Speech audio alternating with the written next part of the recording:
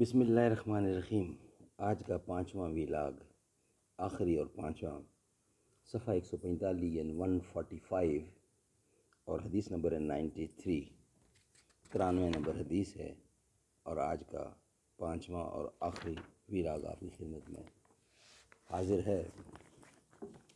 قال اللہ تعالی فی شان حبیبی وما آتاکم الرسول فخذوہ وما نہاکم عنہ فانتہوا، جو تم کو رسول دیں وہ لے لو اور جس سے منع کریں اس سے رک جاؤ۔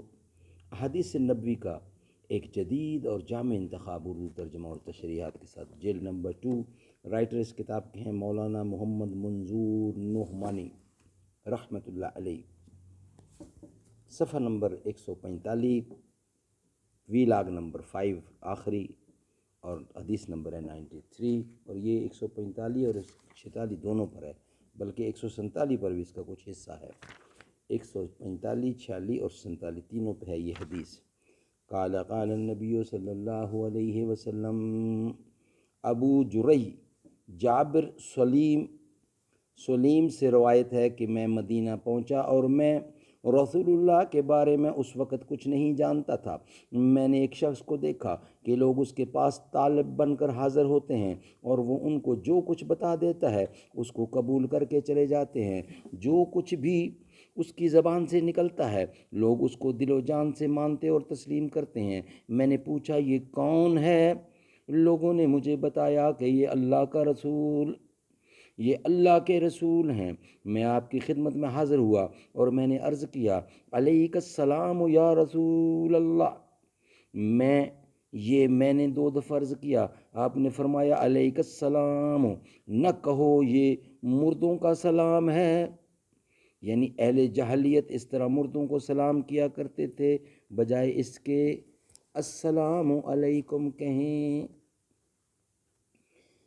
میں نے عرض کیا، آپ اللہ کے رسول ہیں؟ آپ نے فرمایا، ہاں میں رسول ہوں اس اللہ کا جس کی شان یہ ہے کہ اگر تمہیں کوئی دکھ اور تکلیف ہو اور تم اس سے دعا کرو تو وہ تمہارے دکھ کو دور کر دے، اور اگر تم پر قحط سالی کی مصیبت آ جائے اور تم اس سے دعا کرو تو تمہارے لیے وہ زمین سے پیداوار پیدا کر دے، اور جب تم کسی جنگل، بیاباں اور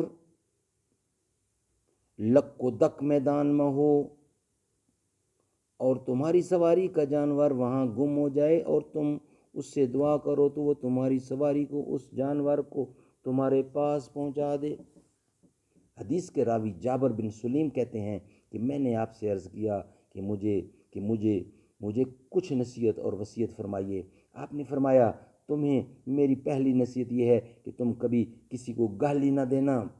جابر بن سلیم کہتے ہیں اس کے بعد میں نے کسی کو بھی گالی نہ دی، اور نہ کسی آزاد کو، نہ غلام کو، نہ اونٹ بکری جیسے کسی جانور کو۔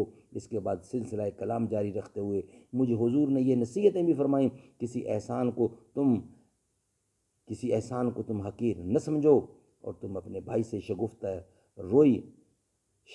روی کے ساتھ بات کیا کرو، یہ بھی ایک طرح کا احسان اور اس نے سلوک ہے، اور اپنا تہبند آدھی پنڈلیوں تک اونچا رکھو۔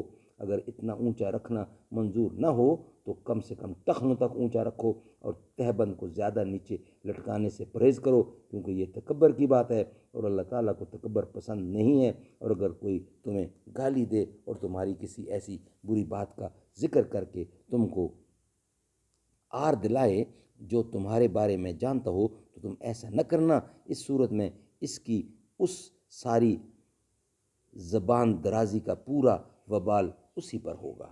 اللہ تعالیٰ سمجھنے کی توفیق عطا فرمائے، آمین ثم آمین بجا خاتم النبیین۔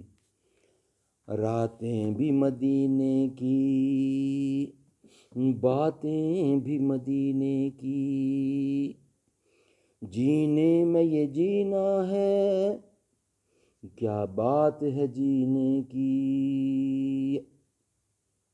عرصہ ہوا طیبہ کی گلیوں سے وہ گزرے ہیں، اس وقت بھی گلیوں میں خوشبو ہے پسینے کی، یہ زخم ہے طیبہ کا، یہ سب کو نہیں ملتا، کوشش نہ کرے کوئی اس زخم کو سینے کی، تعریف کے لائق جب الفاظ نہیں ملتے، تعریف کرے کوئی کس طرح مدینے کی، اپنی نگاہوں سے یہ اپنی نگاہوں سے مستانہ بناتے ہیں، مستانہ بناتے ہیں، دیوانہ بناتے ہیں، زحمت ہی نہیں دیتے میں خار کو سینے کی، ہر سال بلاتے ہیں